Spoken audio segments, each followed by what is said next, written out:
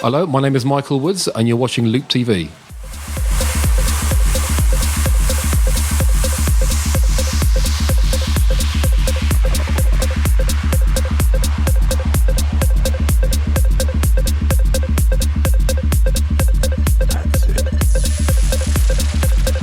Kat here for Loop TV in Brighton, and we're catching up with Michael Woods. How are you doing? How, Kat? I'm all right. How are you? I'm really, really well. Welcome to my nan's living room. It's a very nice living room. I'll have to come back again sometime. You're welcome anytime. Now you're down in Brighton to do a gig at Digital, and shortly about to go off touring with Deadmau5. Yeah, exactly.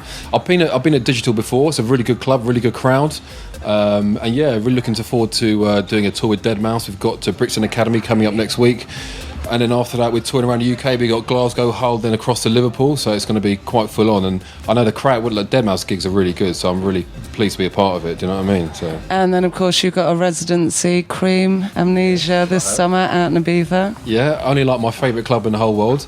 I went there, first time I went there was about 10 years ago, and I always remember it because it was the first place that I heard one of my first ever productions being dropped in front of like 5,000 people. It's like, the best experience I've ever had in the world. So that club to me has always held a special place in my heart. What tune was it? Warrior, by Warrior. So that was the first ever production I did. So that was the first time I actually heard it played out, which was, as you can imagine, was amazing.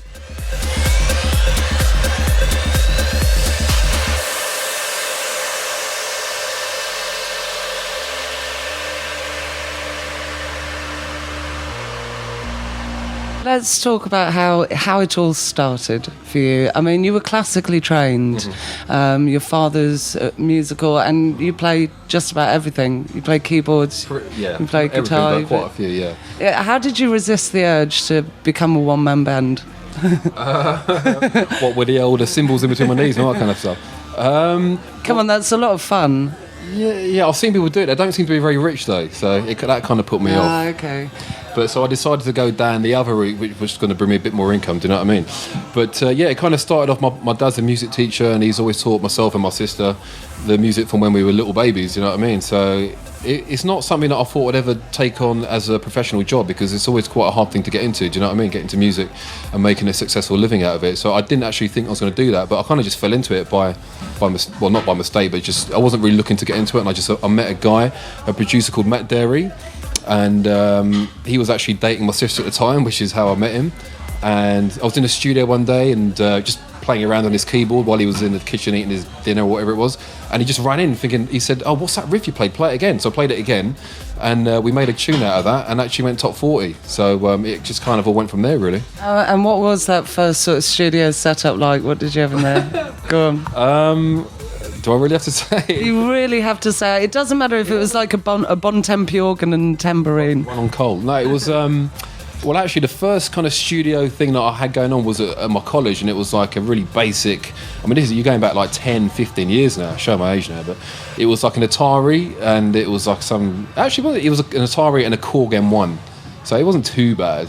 And then my first actual studio setup personal was just a PC running an Akai sampler. So a bit ancient now, but it got me through it. So no, absolutely. Tell us about your studio now. It's not crazy, It's quite basic, but I've got like a digital desk, a digital Mackie desk. I've got Pro Tools HD2, which is a nice setup. A Mac running Logic. So it's a nice setup, and I'll get out of it what I want. So I believe, it's not really what you got, it's how you use it. Do you know what I mean? So I know the thing is, I'm so accustomed to my system, and you can get pretty much anything you want out of it. So I'm quite happy with what I've got. As many other producers have done, you've started your own label. Tell me about how that was for you, the sort of process, how you decided to do it, and the actual process of kick-starting that for yourself. Well, it kind of started when... all my life I've signed tracks at other companies, and the thing is, when you do that, you lose 80% of the copyright immediately. So it was kind of getting to the point where I wanted to retain that copyright and also control exactly what I did with the music. And so the obvious thing was to set my own label up, which is what I did about a year and a half ago now. So yeah, I mean, it's gone all right. The hardest thing at the beginning was obviously come up with a good name. So I did that whilst walking the dog, as I get all my good inspiration. And yeah, I mean, it's been all right. We've signed a few tracks, we've got a few artists on board, and things are ticking away nicely. And in terms now, because obviously you've got the label, you're producing your own music, you're collaborating and you're remixing and you're DJing, how do you sort of, your time management? Yeah, that's quite a tricky one. I mean, because I've got management, they look after a lot of my time. But yeah, it's just about a matter of, allocating a certain amount of time to whatever you want to do, because every month I have a meeting with my management and we sort out what we're going to do, the plan for the month kind of thing. So it all kind of works in the end. But do you think sort of an artist like yourself finding a good sort of management team has been a key thing to making what you do sort of more successful? Yeah, totally, yeah. Because, I've been doing this for like 10 years and I think I've reached as far as I can go without management, because I always said to myself, I know everybody I need to know. I don't need anyone looking after me. That was my attitude, and I think probably that's why I was going a bit wrong, because I could only get so far on my own, because it does take a lot. It does take a team of people to really help you get to the higher levels. And now I'm working with these guys at 360. They're really good. They know what they're doing, and it's really helping my career excel. Are there any producers, production teams out there whose work that you really currently admire? Yeah, there's a few. I mean, one that stands out obviously is the Swedish House Mafia. I mean, those guys are on fire as always. Do you know what I mean? And I met one of them the other day. I met Layback Luke, and he was telling me how he produces tracks. And he produces tracks in 4 hours, which like blew my mind, because it takes me a good couple of days. Do you know what I mean, to really get a track down? But those guys, they've really got it going on. So I really look up to those guys and listen to what they're doing. And what about future collaborations? Future collabs? Well, like I said before, hopefully with Chris Lake, the follow-up Krispy Kremes, as I already mentioned, and possibly I was talking to Tiesto actually, and he's interested in doing a collaboration, so that's probably one on the cards for maybe like early July, something like that. And hopefully with Deadmau5 as well later on in the year, so we'll just see how things go. Everything's changing very rapidly at the moment in terms of distribution and revenue streams and how people are managing themselves. How do you sort of see it going in the next sort of 5-10 years?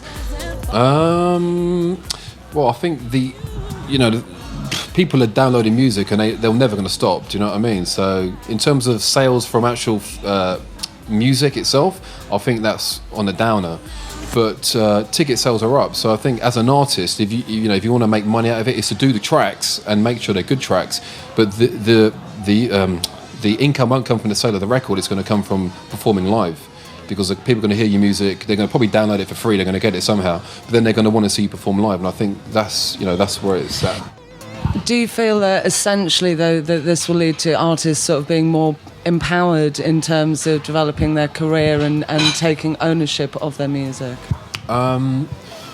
Probably yes, to a certain extent. But the thing is, when you to a certain level, because if you want to get beyond a particular level, you do need a lot of investment from because at the end of the day, to put tracks out, you need a bit of money. And so I think as an individual artist, you can only go so far. You do need backing, but then if you've got talent and people recognise that talent, there'll be no problem getting that investment. Do you know what I mean? So.